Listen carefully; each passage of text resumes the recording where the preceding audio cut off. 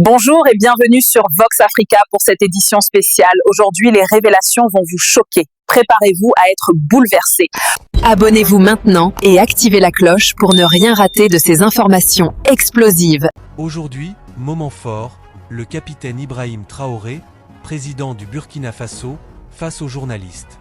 Il répond cash, sans langue de bois, sur la souveraineté, la sécurité, les partenariats internationaux et la vision qu'il porte pour l'Afrique. Des réponses puissantes, directes, qui font réfléchir et qui inspirent. Si tu veux suivre ce genre de contenu exclusif, authentique et sans filtre sur l'actualité africaine et les leaders qui marquent l'histoire, abonne-toi tout de suite, active la cloche pour ne rien louper, et lâche un gros pouce bleu pour soutenir la chaîne. Regardez et restez bien jusqu'à la fin.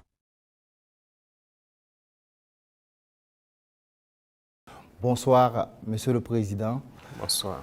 Merci de nous faire l'honneur de nous recevoir ici au Palais de Koulouba à Ouagadougou donc pour cette grande interview. Alors, chers téléspectateurs, le format de cet entretien est particulier. Au total, 10 journalistes vont se succéder par vague de 2 pour poser leurs questions au chef de l'État. 5 domaines sont concernés par les échanges. Il s'agit de la sécurité et de la défense, de politique et société, de la diplomatie et de l'AES, de l'économie et du développement, et enfin donc de la géopolitique régionale et internationale.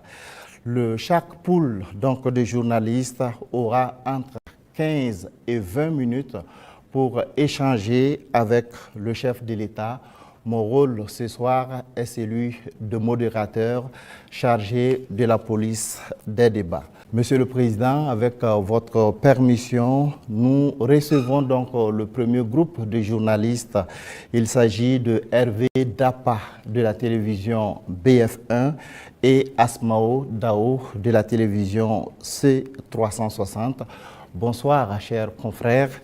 Vous disposez de 20 minutes pour vous entretenir avec le chef de l'État sur les questions relatives à la défense et à la sécurité. Bonsoir, Excellence. Bonsoir. Alors, certains de vos détracteurs vous ramènent régulièrement une phrase, et cette phrase remonte aux premiers instants de votre prise de pouvoir, quand vous disiez que si tout est mis en œuvre, 3 mois suffiraient pour tendre vers la fin de la guerre. Et ces détracteurs disent aujourd'hui que 3 ans plus tard, la guerre n'est pas totalement terminée. Monsieur le Président, ce soir, que leur répondez-vous? D'accord, merci beaucoup. Et merci à tous d'être venus pour cette interview. C'est vrai, c'est ce que nous aurons souhaité, mais les choses n'ont pas été comme on le pense. Et je dis si tout est mis en œuvre. Alors, il y a plusieurs perspectives à mettre en œuvre pour pouvoir atteindre cet objectif dans ce laps de temps. Mais tout n'a pas été mis en œuvre comme on le souhaitait. Primo, l'adversité. Alors, dès que nous sommes arrivés au pouvoir, nous aurons espéré qu'on nous laisse travailler très rapidement et pouvoir avancer. Malheureusement, certaines personnes nous ont approchés et ont voulu que nous allions dans leur sens parce que leur objectif n'était pas que la guerre finisse de sitôt. Je veux parler de certaines forces étrangères qui étaient présentes sur notre sol. On a eu des débats houleux avec des diplomates venus d'ailleurs sur la question, mais personne ne voulait qu'on aille dans le sens de finir cette guerre. Nous l'avons compris à travers les messages. S'il arrivait que des gens viennent jusqu'à nous dire qu'il faut qu'on accepte qu'ils soutiennent les terroristes et nous soutenir également, ça veut dire ce que ça veut dire, c'est une guerre entretenue. Donc nous avons très vite compris, on s'est débarrassé de toutes les forces qui étaient présentes ici, que ce soit les forces françaises, les forces américaines, et nous avons compris que la lutte sera âpre. La deuxième chose aussi était nous croyions que nous avions quand même un minimum d'armes et de munitions en stock. Aujourd'hui, je peux vous dire ce que j'ai trouvé par exemple en stock. Il y avait en tout et pour tout au Burkina Faso moins de 100 000 cartouches de Kalachnikov. Et les armes, nous avions à peine une centaine. Comment est-ce qu'on pouvait faire la guerre? Donc, il fallait se rééquiper, redoter l'armée en effectifs, en armement et tout. Ce qui a fait que l'objectif de 3 mois, si ces conditions préalables étaient réunies, c'était bien possible. Mais il n'y avait rien. On n'était pas préparé à la guerre, tant sur le plan équipement que sur le plan effectif. Justement, Monsieur le Président, vous venez de le dire, hein, quand vous prenez le pouvoir, si on veut caricaturer, il y avait plus d'hommes que de munitions dans l'armée burkinabé. Et aujourd'hui, où en est-on avec le programme d'armement de cette armée-là? Et puis, quels sont les signes qu'elle est en train progressivement de monter en puissance? Très bien, je l'ai dit, je ne peux pas dépeindre toute la situation qu'il y avait, c'était catastrophique. Et comme je l'ai dit, vous pourrez enquêter. Il y a peut-être même dans cette salle des militaires qui étaient sur le front, sans armes. Ça existait dans notre armée. Donc ce sont des situations, on croyait que c'était juste, je ne dirais pas de la mauvaise foi, mais une situation incompréhensible. Pour nous, il y avait les armes et on refusait de doter. Mais quand on a été face à la réalité, très vite, on s'est résolu à chercher d'abord à armer l'effectif qui était là. Et là, ça a été la croix et la bannière.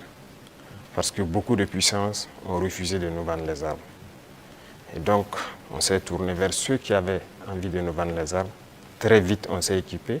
On a recruté les VDP, on a pu payer tout ce qu'on voulait. Le processus, nous avons fait un plan d'équipement pour une montée en puissance. Et comme vous le constatez depuis maintenant 2 ans, les équipements commencent à rentrer. C'est toujours pas fini.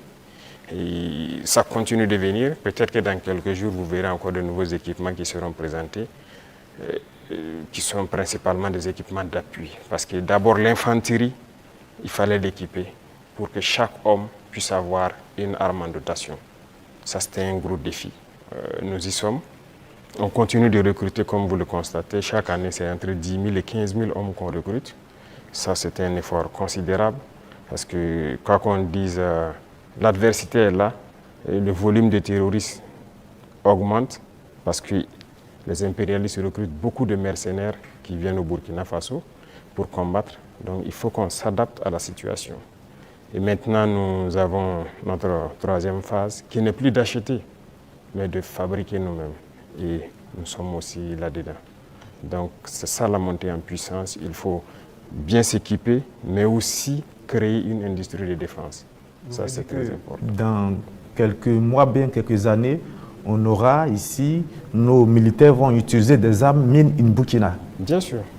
Nous avons la capacité intellectuelle, il y a de la ressource. Il suffisait juste de chercher et voilà. Nous sommes là-dessus. Vous serez surpris sûrement. Alors, Monsieur le Président, cette guerre, est-ce que nous pouvons la gagner? Est-ce que nous allons la gagner? Nous ne pouvons que la gagner. Qu'est-ce qu'on ferait? Soyez sûrs, nous n'irons nulle part et nous allons gagner cette guerre. Je vous ai dit que la menace mue beaucoup, mais nous nous adaptons. Et la force de l'armée burkinabé, c'est que c'est l'une des armées les plus résilientes au monde. La pression que le Burkina Faso a, et je ne pense pas que sur cette terre actuellement, il y a un pays qui a cette pression. Mais nous tenons, nos hommes se battent et nous nous adaptons constamment à la menace. Et nous comprenons d'où vient la menace, comment ça se manifeste, c'est ça le plus important. Et actuellement, je peux vous rassurer que bientôt, nous parlerons d'un albinos noir qui va apparaître. Et vous verrez. Ne me demandez pas de quoi il s'agit, je pense que vous comprendrez plus tard. La guerre va finir et très vite. Voilà, c'était le capitaine Ibrahim Traoré en toute franchise face aux journalistes. Des réponses claires, courageuses et qui montrent une vraie vision pour le Burkina Faso et pour l'Afrique tout entière. Qu'avez-vous pensé de ces propos? Dites-le moi en commentaire.